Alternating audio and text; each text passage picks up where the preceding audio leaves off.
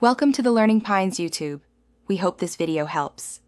You start by stopping any active transfer. Make sure your controller is responsive and you have saves backed up.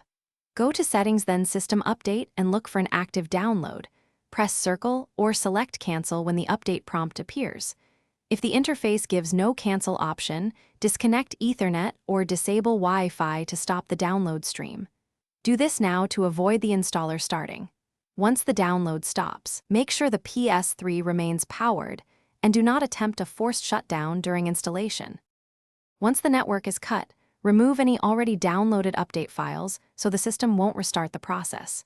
Connect a USB stick to a PC and browse ps3/update. Delete ps3 updat, PUP if it exists. If the update cached on the hard drive, navigate the XMB to Save Data or Install section and delete pending update entries. You do this because the PS3 will resume or try to validate files on boot. After cleanup, reconnect network only when you intend to update again. Finish by rebooting the console and checking that no update prompt or automatic download starts. If you find the installer already progressed and the system behaves oddly, power down, then boot into safe mode by holding power until the second beep. Use Restart System first, then consider Rebuild Database or Restore File System only if necessary. These safe mode options clear corruption causing repeated update attempts.